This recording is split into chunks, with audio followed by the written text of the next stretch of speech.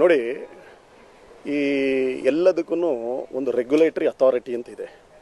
ನೀವು ಬಂದು ಈಗ ಆಟೋ ದರ ಹೆಚ್ಚಿಗೆ ಮಾಡಬೇಕು ಅಂತಂದರೆ ಸಾರಿಗೆ ಇಲಾಖೆ ಇದೆ, ಬಸ್ಸಿನ ದರ ಹೆಚ್ಚಿಗೆ ಮಾಡಬೇಕು ಅಂದರೆ KSRTC ಇದೆ.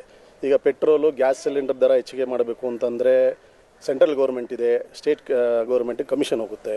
ಹಾಲಿನ ದರ ಹೆಚ್ಚಿಗೆ ಮಾಡಬೇಕು ಅಂತಂದರೆ KMF ಇದೆ. ಆದರೆ ಈ ಆಹಾರ ದರ, ಈ ಹೋಟೆಲ್ ಮಾಲೀಕರದ್ದು ಈ ಆಹಾರ ದರ ಇದೆಯಲ್ಲ, ಇದನ್ನು ಹೆಚ್ಚಿಗೆ ಮಾಡೋಕ್ಕೆ ಇಲ್ಲ ಕಡಿಮೆ ಮಾಡೋಕ್ಕೆ ಯಾವುದೇ ಥರ ಕಮಿಟಿ ಇಲ್ಲ, ಇವರಿಗೆ ಯಾವುದೇ ಥರ ಕಂಟ್ರೋಲ್ ಇಲ್ಲ.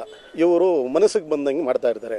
ಆಹಾರ ಇಲಾಖೆಯಲ್ಲಿ ಅಡಲ್ಟ್ರೇಷನ್ ಮತ್ತು ಕಲಬೆರಿಕೆಗೆ ಚೆಕ್ ಮಾಡೋಕ್ಕೆ ಅದಕ್ಕೆ ಆದ ಇಲಾಖೆ ಇದೆ. ಬಟ್ ಹೋಟೆಲ್ಗಳಿಗೆ ಇವರು ರೇಟ್ ಹೈಕ್ ಮಾಡೋಕ್ಕೆ ಇಲ್ಲ ಕಡಿಮೆ ಮಾಡೋಕ್ಕೆ ಯಾವುದೇ ಥರದ್ದು ಕಮಿಟಿ ಇಲ್ಲ. ಮತ್ತು ನೋಡಿ, ಈ ಹೋಟೆಲ್ ಮಾಲೀಕರು ಇವರೇನು ಮಾಡ್ತಾರೆ ಅಂತಂದರೆ, ಈಗ ಒಂದಿನ ಹಾಲಿನ ದರ ಏರಿಕೆ ಆಗುತ್ತೆ, ಒಂದಿನ ಟೊಮೊಟೊ ಬೆಲೆ ಏರಿಕೆ ಆಗುತ್ತೆ, ಒಂದಿನ ಗ್ಯಾಸ್ ಸಿಲಿಂಡರ್ ಏರಿಕೆ ಆಗುತ್ತೆ. ಆದರೆ ಇವ್ರ ಪಾಡಿ ಇವ್ರ ಮನಸ್ಸಿಗೆ ಇಷ್ಟ ಬಂದಂಗೆ ಇವ್ರು ಏರಿಕೆ ಮಾಡ್ತಾರೆ. ಹೈಕ್ ಆದಾಗ ಇವ್ರು ಹೈಕ್ ಮಾಡಿರೋದು, ನೀವು ಹೇಳೋದು, ನೀವು ಕೇಳೋ ಪ್ರಶ್ನೆ ಕರೆಕ್ಟು. ಮೊನ್ನೆ ಸಿಲಿಂಡರ್ ಬೆಲೆ 100 ರೂಪಾಯಿ ಕಮ್ಮಿ ಆಯ್ತಲ್ಲ, ಯಾಕೆ ಕಮ್ಮಿ ಮಾಡಿಲ್ಲ? ಏನಕ್ಕೆ ಕಮ್ಮಿ ಮಾಡಿಲ್ಲ? ಇವ್ರು ಹಾಲಿನ ದರ ಹೆಚ್ಚಿಗೆ ಬಂದಾಗ ಟೀ ಕಾಫಿ ಹೆಚ್ಚಿಗೆ ಮಾಡಿಬಿಡ್ತಾರೆ. ಗ್ಯಾಸ್ ಸಿಲಿಂಡರ್ ಕಮ್ಮಿ ಆಯ್ತಲ್ಲ 100 ರೂಪಾಯಿ, ಯಾಕೆ ಕಮ್ಮಿ ಮಾಡಿಲ್ಲ? ಸೊ ಯಾಕೆ ಅಂತಂದರೆ ಇದಕ್ಕೊಂದು ಕಂಟ್ರೋಲಿಂಗ್ ಅಥಾರಿಟಿ ಇಲ್ಲ. ಸೊ ಒಂದು ಕಂಟ್ರೋಲಿಂಗ್ ಅಥಾರಿಟಿ ಇದ್ದರೆ ಸೊ ಅವ್ರ ಮುಖಾಂತರ ಎಲ್ಲ ಕಂಟ್ರೋಲ್ ಆಗುತ್ತೆ. ಯಾವ ಹೋಟೆಲ್ ಮಾಲೀಕರು ಯಾವತ್ತಾದರೂ ಕಡಿಮೆ ಮಾಡೋದು ನೋಡಿದ್ದೀರಾ? ಹೇಳಿ, ನೀವು ಹೇಳಿ, ಮಾಡಿದಾರಾ ಯಾವತ್ತಾದರೂ?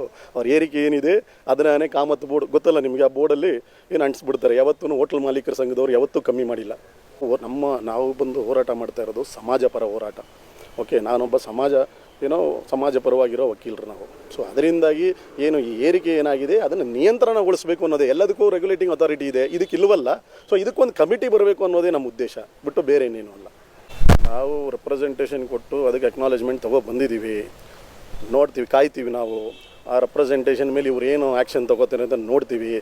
ಇವರು ತಗೊಂಡಿಲ್ಲ ಅಂತಂದರೆ, ರಾಜ್ಯ ಸರ್ಕಾರ ಹೋಟೆಲ್ ಮಾಲೀಕರ ಸಂಘ ತಗೊಂಡಿಲ್ಲ ಅಂದರೆ, ಆ್ಯಸ್ ಆ್ಯನ್ ಅಡ್ವೊಕೇಟ್ ವಕೀಲನಾಗಿ ನಾನೇನು ಮಾಡಬೇಕು ಮುಂದಿನ ದಿನಗಳಲ್ಲಿ ನನಗೆ ಗೊತ್ತಿದೆ.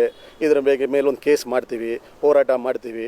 ಇದನ್ನು ನಾವು ಒಂದು ಕನ್ಕ್ಲೂಷನ್ಗೆ ತಂದೇ ತರ್ತೀವಿ. ಇದನ್ನು ಅಷ್ಟು ಸುಲಭವಾಗಿ ಬಿಡಲ್ಲ.